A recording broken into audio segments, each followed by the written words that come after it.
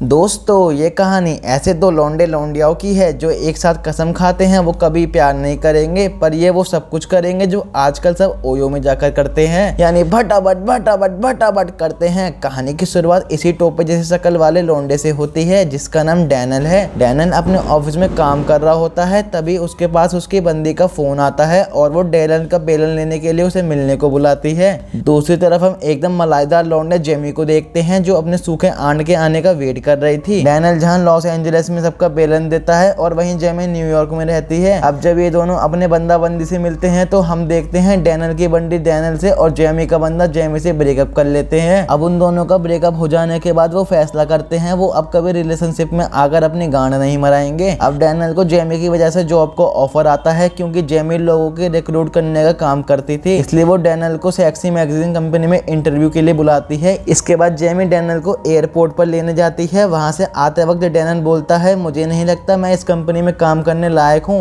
अब डैनल कहता है वो देखती रही, मैं करता रहा इंतजार उसके जवाब का। अभी उसके हाथ में रखा ही था कि छूट गया फूल गुलाब का। उसने कहा बड़ा मजा आता है जब अंदर जाता है कानों में एक एक लफ्ज तेरी आह आह की आवाज का। अब जेमी बोलती है सुन बे झोपड़ी के दिल है परेशान, ये पागलपन और ये तन्हाई, तेरी माँ का झोपड़ा मादर चोद, अरे जॉब का इंटरव्यू दिया मेरे भाई। जेमी कहती है सुन बे झोपड़ी के तू इस इंटरव्यू को 2 बार मुट्ठी मारने के बाद भी पास कर लेगा। अब जेमी के चमकाने से डैनल मान जाता है और इंटरव्यू देने चला जाता है। अब उसकी उस कंपनी में जॉब लग जाती है, पर डैनल इस जॉब से खुश नहीं था और वो जेमी से कहता है वो इस जॉब की वजह से अपनी लाइफ नहीं बदल सकता। दरअसल दोस्तों डैनल को न्यूयॉर्क शहर कुछ ज्यादा पसंद नहीं आता। इसके बाद जेमी डैनल को अपने साथ ले जाती है और न्यूयॉर्क की सबसे तोड़ जगह दिखाती है। अब डैनल ये देखकर बहुत खुश हो जाता है और इसलिए वो उस कंपनी में अपनी गांड मरवाने को राजी हो जाता है। अगले दिन ये दोनों टोपा टोपी लंच के लिए बाहर जाते हैं और अपने ब्रेकअप की दुख भरी दास्तां सुनाते हैं। इसके बाद जेमी डैनल को अपने घर में होने वाली पार्टी में बुलाती है। अगले दिन डैनल जेमी के घर आता है और वो वहां पर बहुत एंजॉय करते हैं। अब ये दोनों एक दूसरे के बहुत करीब आ रहे थे और उनकी दोस्ती बहुत गहरी हो जाती है। अब ये दोनों एक दिन टीवी देख रहे होते हैं तो जेमी डैनल से कहती है रंग ना देख भोसड़ी के चूत पर दे अपना ध्यान, मोल कर अपनी तलवार का फाड़ दे मेरी गांड। अब डैनल कहता है तू चांद है सरमाया मत कर, फूल जैसे चेहरे को यूं मुरझाया ना कर, जब तक है हम जिंदा तेरे यार बनकर, और तू अपनी चूत को छुपाया ना कर। अब ये दोनों पेलम पिलाई की बातें करने लगते हैं और डैनल कहता है भटाभट भटाभट बिल्कुल टेनिस की तरह है, खेलो मजे लो और निकल जाओ। अब डैनल जेमी को एक टेनिस मैच खेलने को कहता है।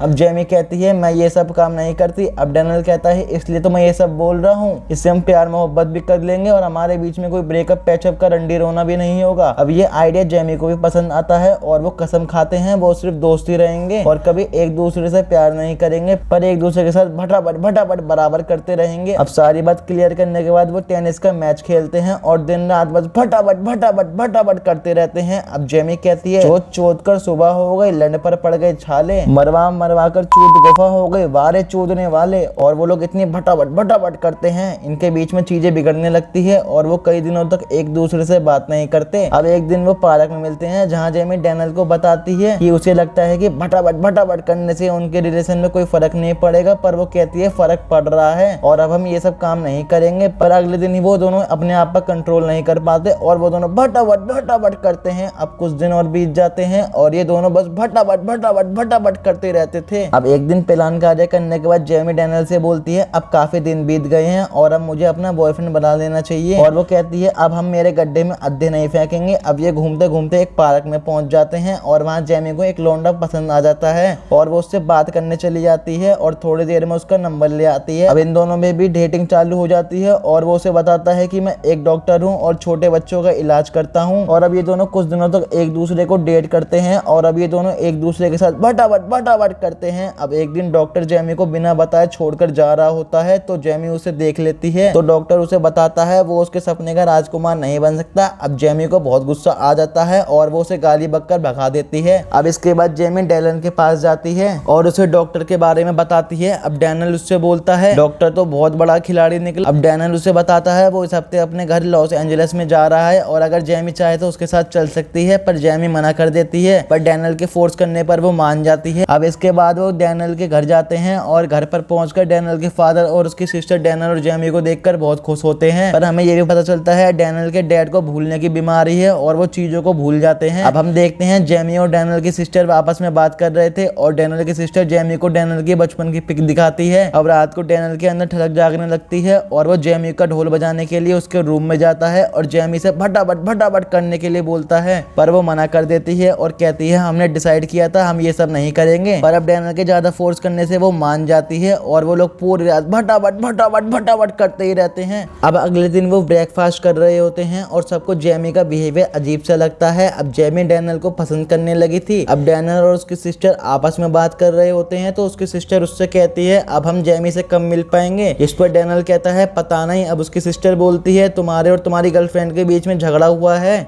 जिस पर डैनियल बोलता है जेमी मेरी गर्लफ्रेंड नहीं है, हम बस नॉर्मली फ्रेंड हैं। और वो उससे कहता है मैं जेमी से कभी फ्रेंडशिप नहीं करूंगा क्योंकि वो बहन जैसी है। और ये बात जेमी भी सुन लेती है। और जब सब रात में डिनर कर रहे होते हैं तो वो सबसे कहती है मैं वापस किसी काम से न्यूयॉर्क जा रही हूँ। दरअसल उसे डैनियल की बात का बहुत बुरा लग रहा था और वो वापस न्यूयॉर्क जाने लगती है जहाँ सब उसे रोक रहे होते हैं, पर वो नहीं रुकती और वापस न्यूयॉर्क चली जाती है। अब थोड़े दिनों बाद डैनियल भी वापस न्यूयॉर्क आता है और वो जेमी से बहुत कॉन्टेक्ट करने की कोशिश करता है, पर वो उसका कोई जवाब नहीं देती। अब उसे लगता है जेमी उसे उसकी फेवरेट जगह पर मिल सकती है जहाँ वो अक्सर जाया करती थी। अब डैनियल उस जगह पर जाता है और उसे वहाँ जेमी मिल जाती है। अब डैनियल जेमी को सॉरी बोलता है, पर जेमी उससे कहती है तुम एक सच्चे दोस्त नहीं हो। अब इसी के चलते इन दोनों में बहस हो जाती है और वो दोनों अलग अलग हो जाते हैं। अब हम देखते हैं जेमी की मॉम उसे समझा रही होती है जो गलती मैंने की है वो गलती तुम कभी मत करना। यानी कि मेरा मतलब ये है मेरी लाइफ में बहुत से लड़के आए पर उसमें तुम्हारे डैड सबसे अलग थे और ये बात मैंने समझने में बहुत देर कर दी, तुम ये गलती कभी मत करना। और दूसरी तरफ डैनियल अपने डैड को एयरपोर्ट पिक करने आता है जो कुछ दिनों के लिए न्यूयॉर्क में रहने आए हुए थे। और उसके डैड उसे बताते हैं मैं जब नेवी में था मेरी लाइफ में एक लड़की आई थी पर मैं उसकी फीलिंग को कभी नहीं समझ पाया, पर जब तक मुझे यह बात समझ आई जब तक बहुत देर हो चुकी थी। अब डैनियल को जेमी याद आती है जो उससे बेहद प्यार करती थी